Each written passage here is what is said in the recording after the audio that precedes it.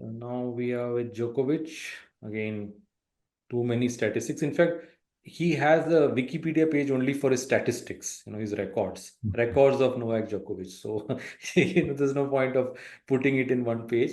But a great guy. I mean, as I also referred earlier, his ability to perform under pressure. Okay, is that which sticks in my mind regarding Djokovic. But yeah, a lot Mm-hmm. of things about him. We can look at his chart straight away. So here we have again different yogas very clearly formed.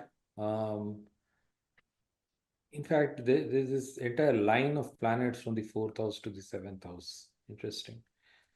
Um, Mm-hmm. this would come under a kind of Navashya. Grahamalika yoga. No, this is not Graha Malika. Graha Malika, at least we need Five. five signs. Okay. Well, anyway, so but let's look at the key yogas that we see. We see Sun Mercury Yoga, which is there, which is a Raj Yoga of seventh Lord and the ninth Lord. That is ninth Lord Sun and seventh Lord Mercury. Okay, Mm-hmm. and this is in the sixth house. So straight away we are seeing a sixth house association. Okay, and this Mars is its dispositor is Mercury. So Mars is connected to this Raj Yoga also. Okay. Mm-hmm. I did I not look at his dasha? It seems that I wanted to look at his dasha, but I have not put it over here. Okay. Anyway, let's leave it. Um, so there's the Mars Mercury association. Okay. He has another Raj Yoga, by the way, one other great yoga which is there, which is Jupiter and Rahu. Okay, where Rahu is the 10th Lord and Jupiter is the Lagna Lord. This is a also phenomenal yoga because this is Siddhi Yoga. This is accomplishments, great accomplishments. Mm-hmm. I thought I had looked at his dashas and all that. I remember which one was it. Thought. Okay. Anyway, um, so what I was trying to say is there is a link between these two because we consider Moon as a Lord of Taurus. Okay, and Moon is linking in a way these two yogas. Okay, so see these celebrities and all that. I mean these big sports persons. One is they have this is his accomplishments. This is fighting nature, I would say, his ability to bounce back and all that. And this also, that is this Pisces yoga, is also about, I believe, his high level of earning and all that. Okay, his influence and earning and all that. And these people as celebrities, they have a lot of influence, they have a lot of sponsorship deals and they get a lot of money and all that. So that also is there. You mean Pisces or the fourth house? Pisces, But Pisces, Pisces. Pisces itself, yeah, the sign. Mm-hmm. Not that the this yoga, like it's a Jupiter Rahu yoga, Yeah, and uh, yeah, that is and Moon as the community, as the popularity, right? yeah.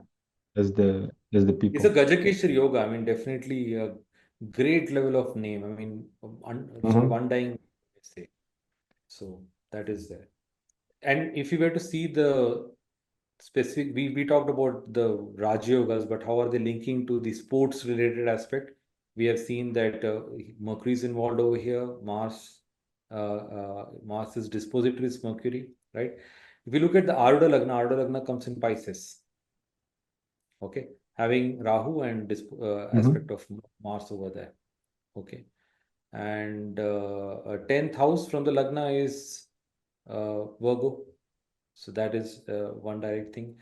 And the 10th Lord from Chandra is Jupiter, that is with Rahu, aspect with Mars. So various things coming together to Mm-hmm. indicate this aspect in the Rashi chart alone.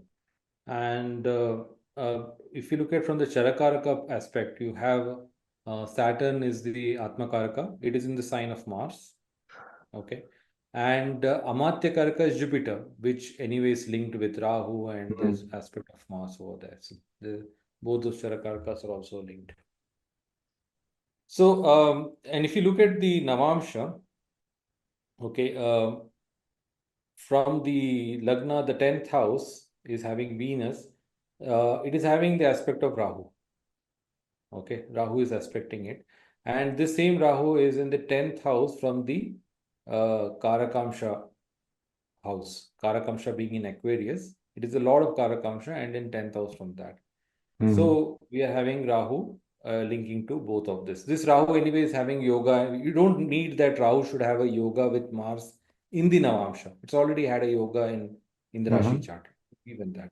And now this Rahu is linking to 10th house from both these important points, from the Lagna as well as from Yeah. And then the Karakamsha's third house having malefic influence, it's Aries. And there's an aspect of Rahu, Rashi Drishti on that. And by the way, Saturn is also having Rashi Drishti on that. Saturn, yeah.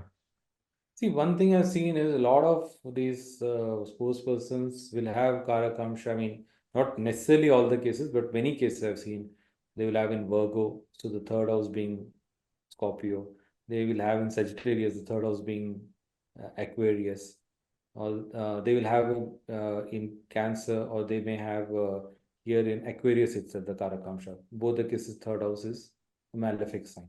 I mean, here the third house is Virgo itself. If Karakamsha is in Karka, the third house is Virgo itself, which is lorded by Rahu. So that is itself a big thing. But mainly I've seen a lot of cases with Karakamsha in Virgo and in Sagittarius, where the third house is one of the most malefic signs, Scorpio or Aquarius.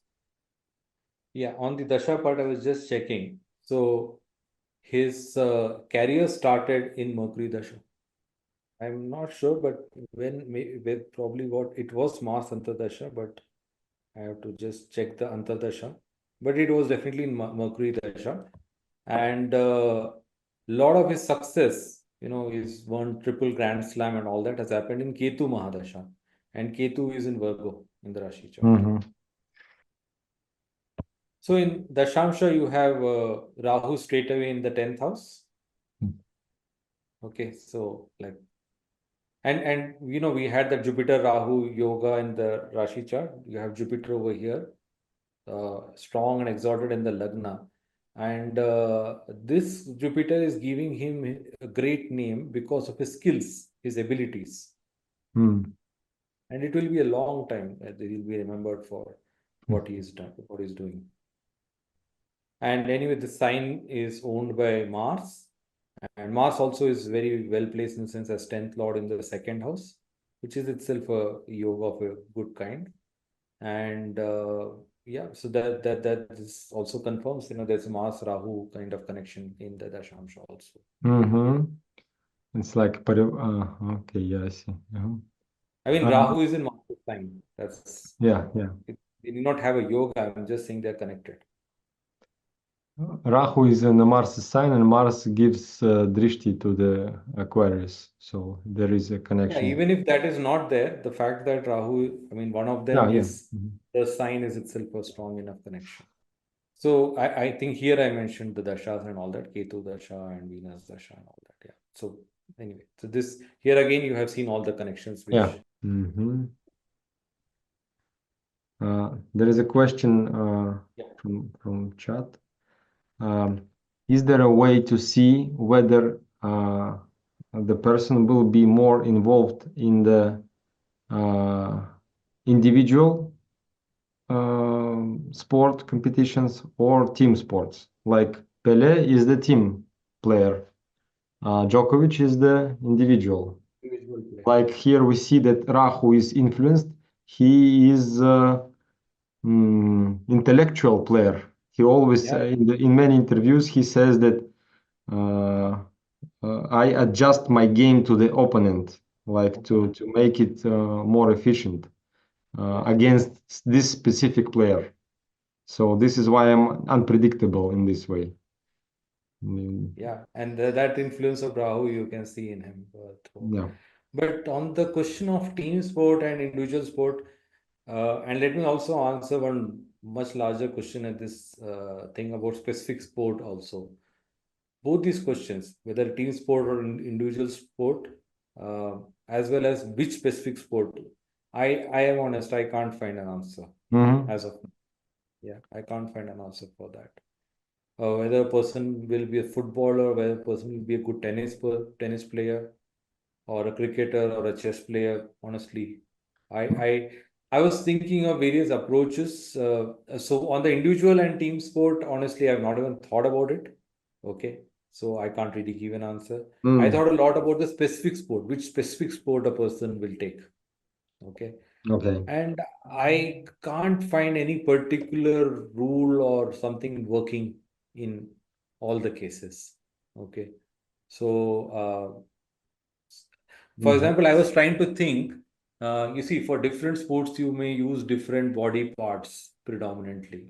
I mean, football predominantly it is legs and most other sports it is hands. So again, that approach is not helping out because you will not be able to differentiate between, say, tennis player and say volleyball player. Both are using hands. And hands and legs are using. If you're not moving, you will not reach the ball as Yeah, well. yeah, but I'm saying where you need the real skill level, in the sense you need in football you need the skill level in the legs. Your thighs must be strong. Yes, yes, You should that's be right. able to dribble very well with your feet, and that those skills have to be there. So I was thinking of looking at from the body part angle, but again, I have not made much headway on that. So to be honest, I Mm-hmm. don't have an answer at present on this question. Mm-hmm.